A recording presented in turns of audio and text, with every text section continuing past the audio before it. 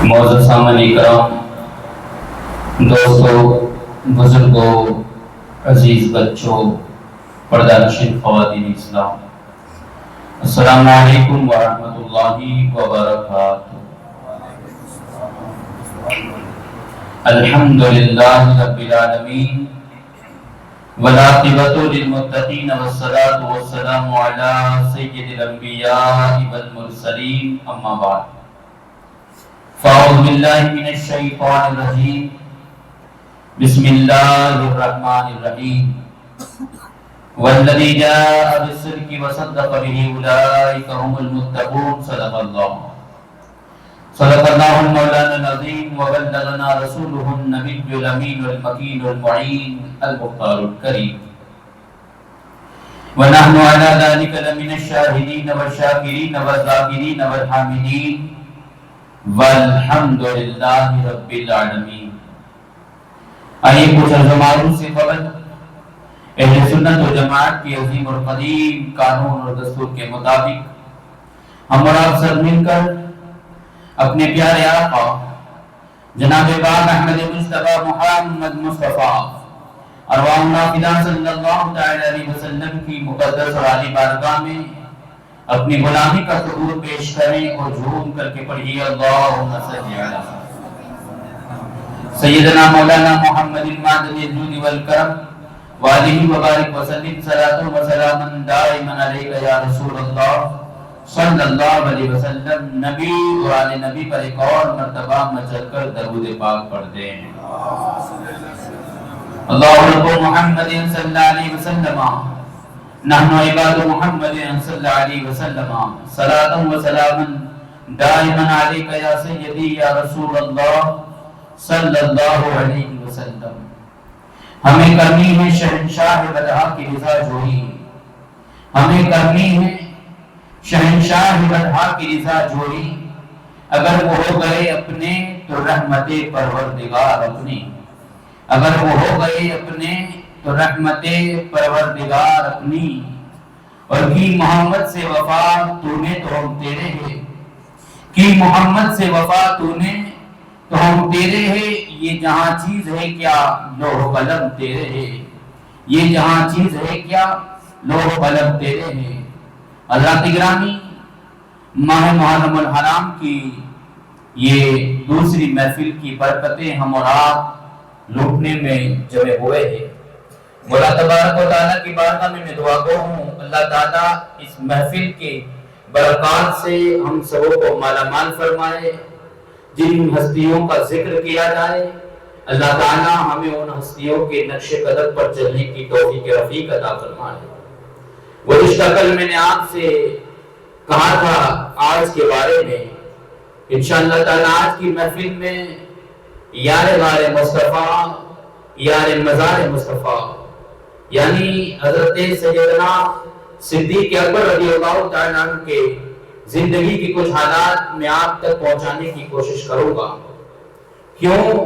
وہ اس لیے ویسے تو اول سے لے کے آخر تک ہمیں اہل بیت اطہار ہی کا ذکر کرنا چاہیے اور ہم کرتے بھی ہیں، لیکن آپ جانتے ہوں گے اور آپ کو معلوم ہوگا کہ میڈیا کے اوپر آج طرح طرح کے اسلامی لبادہ اوڑھ کر کے کچھ ایسے لوگ مسلمان قوم کے بیچ میں گھسے ہوئے ہیں کہ جو ہماری بھولی بھالی قوم کو بہکانے میں لگے ہوئے ہیں۔ کبھی کوئی اہل بیت کے قصیدے پڑھتا ہے تو صحابہ اکرام کے بارے میں اول و فول بکتا ہے، کبھی صحابہ اکرام کی اچھی بات کرتا ہے تو اہل بیت اطہار کے حوالے سے ادھر ادھر کی باتیں کرتا ہوا نظر آتا ہے۔ ہم اسی لیے محفلوں کے اندر امامین پاک حسنین کریمین کا ذکر کرتے ہیں، لیکن ان کے ساتھ میں میرے آقا صلی اللہ علیہ وسلم کے 4 یاروں کا بھی ذکر کرتے ہیں اور اس بات کا ثبوت دیتے ہیں کہ ہم صرف اہل بیت والے ہی نہیں ہیں، ہم وہ لوگ ہیں، ہمارے ایک ہاتھ میں اہل بیت کا دامن ہے، دوسرے ہاتھ میں صحابہ اکرام کا دامن ہے، ہم وہ لوگ ہیں۔ اسی لیے اس مناسبت سے میں مناسب سمجھوں گا کہ آج کی محفل کے اندر یار غار مصطفیٰ، یار مزار مصطفیٰ حضرت سیدنا صدیق اکبر رضی اللہ عنہ کی زندگی کی کچھ کچھ حالات میں بتاؤں۔ کون صدیق اکبر؟ جس کے بارے میں فرمایا گیا، ایک شاعر نے بڑے اچھوتے انداز میں فرمایا ہے، وہ کہتے ہیں کہ بیاں ہو کس زبان سے مرتبہ صدیق اکبر کا، کہیے سبحان اللہ۔ بیاں ہو کس زبان سے مرتبہ صدیق اکبر کا، ارے ہے یار غار مصطفیٰ صدیق اکبر کا، ہے یار غار مصطفیٰ صدیق اکبر کا، اور گدا صدیق اکبر کا خدا سے فضل پاتا ہے، گدا صدیق اکبر کا خدا سے فضل پاتا ہے، اور خدا کے فضل سے میں ہوں گدا صدیق اکبر کا، خدا کے فضل سے میں ہوں گدا صدیق اکبر کا، اور لٹایا راہ حق میں گھر کئی بار اس محبت میں، لٹایا راہ حق میں گھر کئی بار اس محبت میں، کہ لٹ لٹ کر حسن گھر بھر گیا صدیق اکبر کا، کہ لٹ لٹ کر حسن گھر بھر گیا صدیق اکبر کا۔ کون حضرت سیدنا صدیق اکبر؟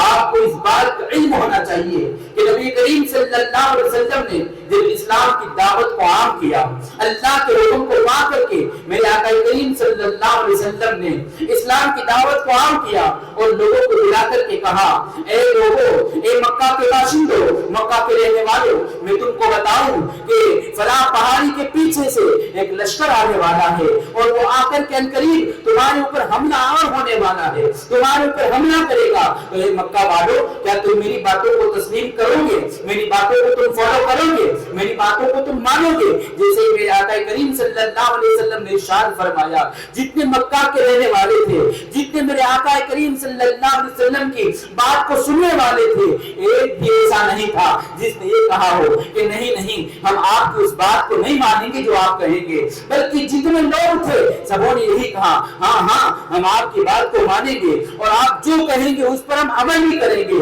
آقا کریم صلی اللہ علیہ وسلم نے جب یہ بات بتا دی کہ میری بات کو مانو گے، وہ اس لیے لوگوں نے اس لیے آپ کی باتوں کو تسلیم بھی کیا، اور آپ کی بات کو ماننے کی بھی اس لیے بات کہی کہ آقا کریم صلی اللہ علیہ وسلم نے مسلسل 40 برس تک مکہ کے لوگوں کے بیچ میں رہ کر کے اپنے اخلاق کے ذریعے سے ان لوگوں کو اپنے قریب کیا، ان کے دلوں میں اپنی جگہ بنائی۔ 40 برس تک آقا نے کبھی ان کے سامنے جھوٹ نہیں بولا، 40 برس تک آقا نے کبھی ان کے سامنے ان کی امانت میں خیانت نہ کی، 40 برس تک آقا کریم صلی اللہ علیہ وسلم نے کبھی ان کی کسی کی غیبت نہ کی۔ کوئی ایسا جرم یا کوئی ایسا گناہ نہیں تھا کہ آقا کریم صلی اللہ علیہ وسلم نے کیا ہو، بلکہ نبی تو معصوم ہوتا ہے، کوئی نبی جو ہے گناہ کرتا ہی نہیں ہے، اللہ تبارک و تعالیٰ کی جانب سے ان کی حفاظت بھی ہوتی ہے، نبی اور فرشتوں کو اللہ معصوم بنا کر کے بھیجتا ہے۔ لیکن حضور کریم صلی اللہ علیہ وسلم کی زندگی کا آپ مطالعہ کریں،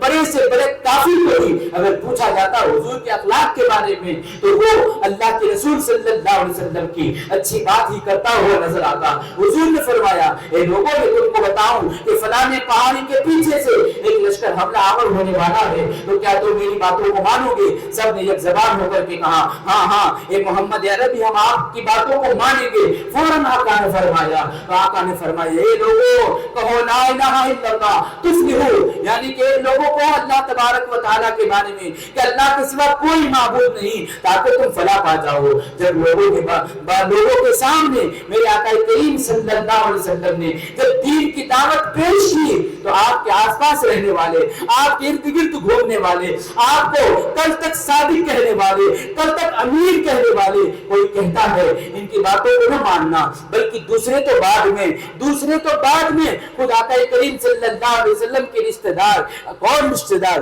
سگا میرے حضور کا چچا ابو لہب یہ کہتا ہے، اے لوگوں میرے بھتیجے کی باتوں میں نہ آنا، یہ تم کو اپنے شکنجے میں لے کر کے یہ اپنی ویلیو بڑھانا چاہتا ہے، یہ جو ہے اپنی قیمت بڑھانا چاہتا ہے۔ طرح طرح کی اس بدبخت نے باتیں کی حضور صلی اللہ علیہ وسلم کی شان میں۔ جب سب لوگ، کوئی ششو پنج میں تھا، کوئی معجزے کا طلبگار تھا، لیکن ایسے ماحول میں آقا کریم صلی اللہ علیہ وسلم نے جیسے نبوت کا اعلان کیا، لوگ ادھر ادھر بھاگنے لگے، اور کتابوں میں کے اندر لکھا ہے اس وقت ابو بکر صدیق رضی اللہ عنہ وہاں لوگوں میں موجود نہیں تھے۔ آپ تجارت کے کام کی غرض سے آپ جو ہے ملک شام گئے ہوئے تھے، ملک شام تجارت کے کاروبار، آپ کپڑے کا لینے کا اور بیچنے کا حضرت صدیق اکبر کاروبار کیا کرتے تھے. اس غرض سے آپ ملک شام گئے ہوئے تھے. آج کی طرح وہ زمانہ نہیں تھا کہ آج اگر ہمیں یہاں سے مدینہ شریف جانا ہو یا مکہ شریف جانا ہو تو ہم 2-4 گھنٹے کے اندر پہنچ جاتے ہیں. نہیں بلکہ 300 یا 400 کلومیٹر کا سفر بھی کرنا ہوتا تو کئی دن لگ جاتے تھے راستے کے اندر. ملک شام گئے اور آنے میں یہ اتنا وقت لگتا تھا, کہتے ہیں کئی دن گزر جاتے تھے. صدیق اکبر ملک شام میں آپ کا سفر رواں ہے. ایک مقام آیا جہاں پہ آپ نے پڑاؤ کیا, آپ ٹھہرے, اپنے قافلے والوں کو ٹھہرایا اور کہا کہ ہمیں یہی رات رکنی ہے. جب رات رک گئے تو اچانک صدیق اکبر رضی اللہ تعالیٰ نے کیا دیکھا, آپ سو گئے تھے, خواب کے اندر دیکھتے ہیں کہ آسمان سے چاند اور سورج اور آسمان کے ستارے آپ کی گود میں آئے. جیسے ہی وہ آپ کی گود میں آئے آپ نے ان کو سینے سے لگایا. جب سینے سے لگایا تھوڑی دیر کے اندر آنکھ کھل گئی. صدیق اکبر حیران ہوئے کہ یہ کیا ہو سکتا ہے, میری تو سمجھ میں نہیں آیا. آپ اٹھے, اٹھ کر کے جہاں پہ آپ نے پڑاؤ کیا تھا, جہاں پہ آپ رکے ہوئے تھے, کتابوں کے اندر لکھا ہے وہاں ایک عیسائی عابد, عیسائی پادری کا مقام تھا. لوگوں نے بتایا اے ابو بکر, وہ عیسائی رہتا ہے نا جس کی عمر 200 یا 300 برس کی بتائی جاتی تھی, کہتے ہیں کہ وہ عیسائی عابد وہ خواب کی تعبیرات کو بتانے والا ہے, وہ تعبیرات کو جاننے والا ہے, خواب کی حقیقت کو بتا دیا کرتا ہے. اے ابو بکر, تمہیں چاہیے کہ اپنا خواب ان کے پاس لے کر کے جا کر کے بتاؤ, تمہیں اس کی تعبیر بیان کر دیں گے. کہتے ہیں حضرت ابو بکر اس وقت اس عیسائی کے پاس پہنچے. جب آپ گئے نا تو اس نے اپنے آنکھوں کے اوپر کی بھاؤں تھی اس کو اونچا کر کے آپ کی طرف دیکھا اور دیکھ کر کے وہ کہنے لگا کہاں سے آئے ہو, کہ کیا نام ہے آپ کا, کس قبیلے سے تعلق ہے آپ کا, اور کیا کاروبار کرتے ہو. حضرت ابو بکر کہتے ہیں کہ میں مکہ شریف سے آیا ہوں اور جو ہے میں تجارت کا کاروبار کرتا ہوں, میں قبیلہ بنو ہاشم سے تعلق رکھتا ہوں, مکہ کا رہنے والا ہوں. جب یہ ساری باتیں کہی اس نے کہا رکو ٹھہرو. پھر آپ نے اس کو بات بتائی کہ میں نے رات میں ایک خواب دیکھا ہے کہ آسمان سے چاند اور سورج میری گود میں آ گئے اور میں نے ان کو سینے سے لگا لیا. میں تو کب سے حیرت میں ہوں, میں تو تعجب میں ہوں کہ اس خواب کی تعبیر کیا ہو سکتی ہے. آپ اگر جانتے ہیں تو بتائیے نا. وہ اندر گیا اور جانے کے بعد ایک چیز لے کر کے آیا, ایک ورقہ لے کر کے آیا اور اس کے اندر پڑھنے لگا. کبھی اس ورقے کے اوپر نظر دوڑاتا اور حضرت ابو بکر کے چہرے انور کو دیکھتا, کبھی پرچے میں دیکھتا, کبھی آپ کے چہرے کو دیکھتا.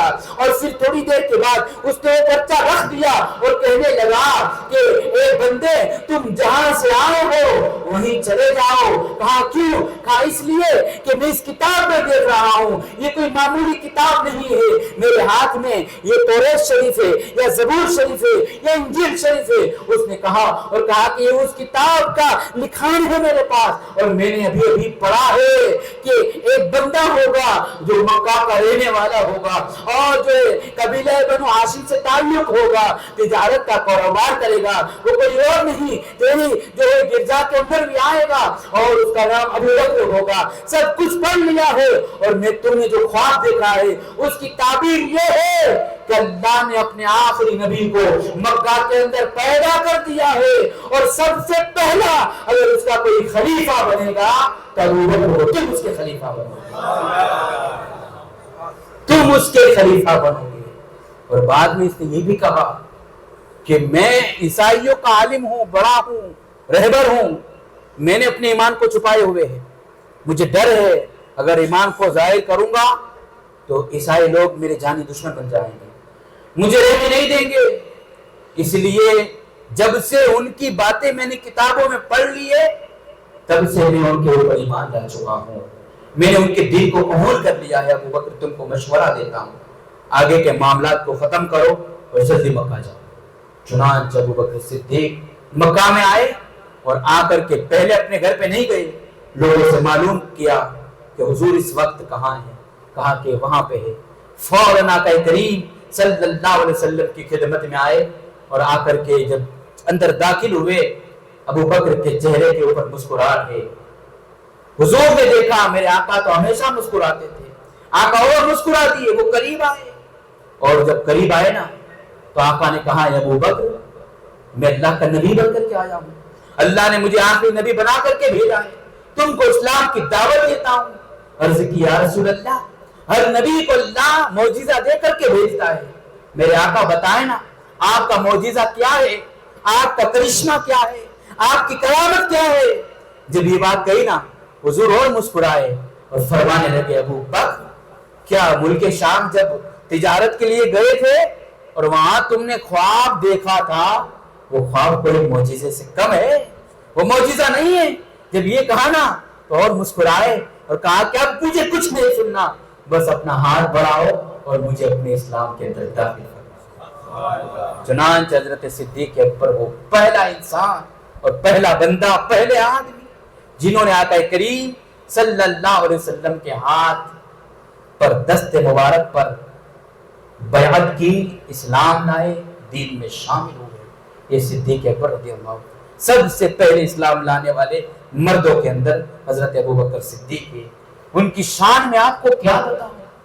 حضور کریم صلی اللہ علیہ وسلم جب دنیا میں موجود تھے اور آقا کریم صلی اللہ علیہ وسلم کی عمر مبارکہ آخری مراحل میں تھی, یعنی عمر کا آخری حصہ میرے نبی کا گزر رہا تھا, اس زمانے کے اندر حضور صلی اللہ علیہ وسلم جس مصلی کے اوپر نماز پڑھایا کرتے تھے نا, حضور کی حیات کے اندر حضور اپنے حجرے میں آرام فرماتے, اور اس وقت صحابہ کی کوئی امامت کرتا تھا نا, تو 17 ایسی نمازیں کہ جن نمازوں کو حضرت سیدنا صدیق اکبر نے اپنے حضور کے مصلی کے اوپر کھڑے رہ کر کے 17 نمازیں پڑھائی, وہ حضرت سیدنا صدیق اکبر کے ساتھ. اتنا بڑا مقام, اتنا بڑا مرتبہ.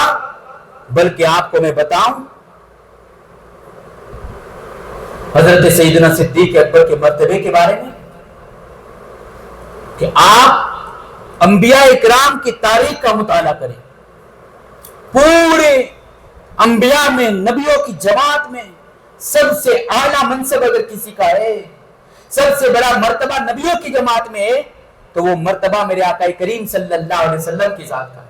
اور نبیوں کے بعد صحابہ ہو, اولیاء ہو, غوث ہو, اقطاب ہو, قطب ہو, جتنے بھی انسان ہیں پوری دنیا کے اندر, حضرت آدم سے لے کر قیامت تک نبیوں کی جماعت کے بعد سب سے بڑا انسانوں میں اگر کسی کا مرتبہ ہے تو وہ مرتبہ حضرت صدیق اکبر کی ذات کا. اتنے بڑے مرتبے کے حامل ہے حضرت ابو بکر صدیق رضی اللہ تعالیٰ. ایک دن میرے آقا کریم حضرت سیدہ عائشہ سلام اللہ علیہ, عائشہ صدیقہ رضی اللہ تعالیٰ عنہ کے زانوں کے اوپر سر رکھ کے آرام فرما رہے تھے. رات کا وقت تھا اور آسمان میں 14ویں کا چاند چمک رہا تھا, ستارے نظر آ رہے تھے. اما عائشہ نے پوچھ لیا, اے میرے سرتاج حضور کریم صلی اللہ علیہ وسلم, کیا آسمان میں جتنے ستارے, آسمان میں جتنے تارے ہیں, اتنی کسی کی نیکیاں ہو سکتی ہے؟ جتنے تارے ہیں, جتنے ستارے ہیں, اتنی کسی کی نیکیاں ہو سکتی ہے؟ آقا نے فرمایا ہاں. کہا کس کی؟ میرے آقا نے فرمایا عمر کی اتنی نیکیاں, عمر ابن خطاب کتنی نیکیاں ہیں. اما عائشہ صدیقہ نے سنا نا, دل کے اندر خیال آیا کہ مجھے تو یوں تھا کہ میرے ابا کے بارے میں حضور فرمائیں گے. ابا کون؟ حضرت ابو بکر. خیال دل میں تھا کہ میرے ابا کے بارے میں حضور فرمائیں گے کہ تمہارے والد ابو بکر کی کتنی نیکیاں ہیں. چہرہ مرجھا گیا, پھول جیسا حسین چہرہ, چہرے کے اوپر مرجھاہٹ آئی. آقا نے فرمایا عائشہ کیا بات ہے؟ عرض کی یا رسول اللہ, عمر ابن خطاب کی اتنی نیکیاں ہیں جتنے آسمان کے ستارے, میرے ابا کی نیکیوں کا کیا حال ہے؟ آقا نے فرمایا یا عائشہ سنو, عمر ابن خطاب کی اتنی نیکیاں ہیں جتنے آسمان کے ستارے ہیں, اور تمام نیکیوں کے برابر تمہارے ابا ابو بکر کی ہجرت کی ایک نیکی ہے. ہجرت کی ایک نیکی کی ہجرت کے اندر آقا کریم صلی اللہ علیہ وسلم کا سپورٹ کیا, حضور کا ساتھ دیا. کیا تھا ہجرت کا واقعہ؟ کتابوں کے اندر لکھا ہے کہ جب مسلمانوں کا جینا کفاروں نے دوبھر کر دیا, مکہ سے ہجرت کر کے مسلمان کوئی حبشہ گئے, کوئی مکہ شریف سے مدینہ شریف کی طرف ہجرت کر کے چلے گئے, اور جتنے وہاں تھے ان لوگوں کو جب کافروں نے ستایا تو اللہ کا حکم پا کر کے میرے آقا نے ان کو بھی جانے کی اجازت دے دی, اور حضور بھی انتظار کر رہے تھے کہ رب کا کب حکم آئے اور اب ہجرت کریں. اب اندازہ کریں ہجرت کے انتظار میں آقا کریم صلی اللہ علیہ وسلم تھے اور وہ حضرت صدیق اکبر سے گفتگو ہو چکی تھی اور صدیق اکبر نے عرض کی تھی یا رسول اللہ آپ جب مکہ شریف چھوڑیں، مکہ کو آپ ترک کریں، مکہ سے چھوڑ کر کے کہیں ہجرت کر کے جائیں تو مجھے بھی یاد کرنا، میں بھی آپ کے ساتھ چلوں گا، میں بھی آپ کے ساتھ، آپ جہاں لے جائیں گے وہاں میں بھی آنے کو تیار ہو جاؤں گا۔ چنانچہ جب اللہ کا حکم ہوا ہے محبوب آج رات کو تم کو ہجرت کرنی ہے، اور ہجرت کا واقعہ بڑا مشہور ہے، بس میں اختصار کرتے کرتے آپ کو بتانے کی کوشش کروں کہ ہجرت کا جب وقت آیا، حضرت صدیق اکبر ساتھ میں حضور چل رہے ہیں راستے کے اندر، اور جہاں پر آقا کریم صلی اللہ علیہ وسلم آرام کر رہے تھے اپنے گھر کے اندر، جہاں بھی وہاں سے حضور نکلے نا، کافر وہاں موجود تھے، کفار موجود تھے، لیکن آقا کریم صلی اللہ علیہ وسلم نے ان کافروں کے اوپر سورہ یاسین شریف پڑھ کر کے دم کر کے مٹی ڈال دی تھی۔ کہتے ہیں کہ کوئی ہاتھ میں تلوار لیے کھڑا تھا تو کھڑا ہی رہا، کسی نے نیزہ اٹھایا تھا تو نیزہ اٹھاتے ہی رہا، کوئی تیر کمان میں ڈال کر کے کھڑا تھا وہ ایسے ہی رہا، جتنے کفار تھے کوئی سویا نہیں، سب اسی پوزیشن میں رہے۔ حضور ان کے بیچ میں سے نکل گئے، کفار کو بھنک تک نہ لگی، کفار کو پتہ تک نہ چلا، اور حضرت صدیق اکبر کے گھر پہ میرے آقا گئے، دروازہ کھٹکھٹایا، عرض کی کون؟ کہا محبوب خدا ہوں، حضور ہوں۔ آقا نے فرمایا، کہا صدیق اکبر ہجرت کا حکم آ گیا ہے، میں جانا چاہتا ہوں۔ عرض کی یا رسول اللہ میں نے بھی اپنا سامان تیار کر لیا ہے، میں بھی آپ کے ساتھ، آپ کے راستے کے ساتھ میں آپ کے چلنے کے لیے تیار ہوں۔ چنانچہ حضور کریم صلی اللہ علیہ وسلم حضرت ابوبکر صدیق رضی اللہ تعالیٰ عنہ دونوں ساتھ میں چل رہے ہیں۔ کتابوں کے اندر لکھا ہے کہ چلتے جب راستے میں چلتے نا تو حضرت صدیق اکبر کبھی حضور کے آگے، کبھی حضور کے پیچھے، کبھی دائیں کبھی بائیں، مطلب کہ ایک ساتھ نہیں چلتے تھے بلکہ چاروں طرف گھومتے گھومتے چلتے تھے۔ حضور نے پوچھا اے ابوبکر یہ کیا کر رہے ہو؟ تم کبھی دائیں چلتے ہو، تم کبھی بائیں چلتے ہو، کبھی آگے کبھی پیچھے۔ ابوبکر یہ کیا بات ہے؟ عرض کی یا رسول اللہ ہم مکہ سے نکلے، مکہ والوں کو خبر ہو گئی ہوگی کہ ہم ہجرت کے لیے نکل رہے ہیں، اور مکہ والے چونکہ آپ کے بھی اور میرے بھی جانی دشمن ہے، وہ پوری تیاری میں ہو گئے، اور کہیں ایسا نہ ہو کہ مکہ کے کفار آ جائے یا اپنے آدمیوں کو بھیج دے، کوئی تیر چلائے۔ میں یہ سوچ کر کے آپ کے دائیں بائیں اور آگے پیچھے چلتا ہوں کہ اگر دائیں طرف سے تیر آئے تو پہلے آپ کے دوست کو لگے، آگے کی طرف سے تیر آئے تو پہلے آپ کے دوست کو لگے، بائیں طرف سے آئے تو مجھے لگے، پیچھے کی طرف سے آئے تو مجھے لگے۔ حضور میں اس لیے آپ کے آگے پیچھے چلتا ہوں کہ اگر تیر لگے تو میں اپنے آپ کو آپ کے قدموں پہ نچھاور کر دوں، آپ کو ذرہ برابر بھی اس کا اثر نہ ہو، آپ کو تکلیف نہ پہنچے، یہ سوچ کر کے آپ کے آگے پیچھے چل رہا ہوں۔ چنانچہ چلتے چلتے اس پہاڑی کا سلسلہ شروع ہوا جس پہاڑی پہ جہاں پر غار ثور ہے، جنہوں نے دیکھا ہے وہ بڑے خوش نصیب ہے۔ وہ غار کیسا غار ہے؟ کہتے ہیں اس غار کے اندر جب حضرت سیدنا صدیق اکبر اور حضور کریم صلی اللہ علیہ وسلم وہاں پہنچے نا تو پہنچنے کے بعد آقا کی بارگاہ میں عرض کی یا رسول اللہ آپ یہی ٹھہرے، میں ابھی غار کے اندر صفائی کر کے آتا ہوں۔ چنانچہ حضور ٹھہرے، حضرت ابوبکر غار کے اندر گئے اور جانے کے بعد دیکھا غار کے اندر الگ الگ جگہ کے اوپر سوراخ لگے ہوئے ہیں۔ حضرت صدیق اکبر نے ان سوراخوں کو دیکھا، سوچنے لگے کہ سوراخوں کو بند کیسے کروں۔ پھر دیکھا آپ کا امامہ تھا، آپ کے کپڑے تھے، آپ نے امامے کے چھوٹے چھوٹے ٹکڑے کیے، آپ نے اپنے کپڑوں کے چھوٹے چھوٹے ٹکڑے کیے اور سوراخوں کو بند کرنا شروع کر دیا، مکمل سوراخ بند کر دیے، غار کی صفائی ہو گئی۔ آقا کی بارگاہ میں آ کے عرض کیا یا رسول اللہ آپ اندر تشریف لائیں، اب اندر کوئی حیرانی نہیں ہے، کوئی پریشانی نہیں ہے، میں نے اچھی طریقے سے صفائی کر دی ہے۔ پیارے آقا کے پیارے دیوانوں، حضرت سیدنا صدیق اکبر غار کی صفائی کی، حضور کو بلایا، حضور اندر تشریف لے گئے۔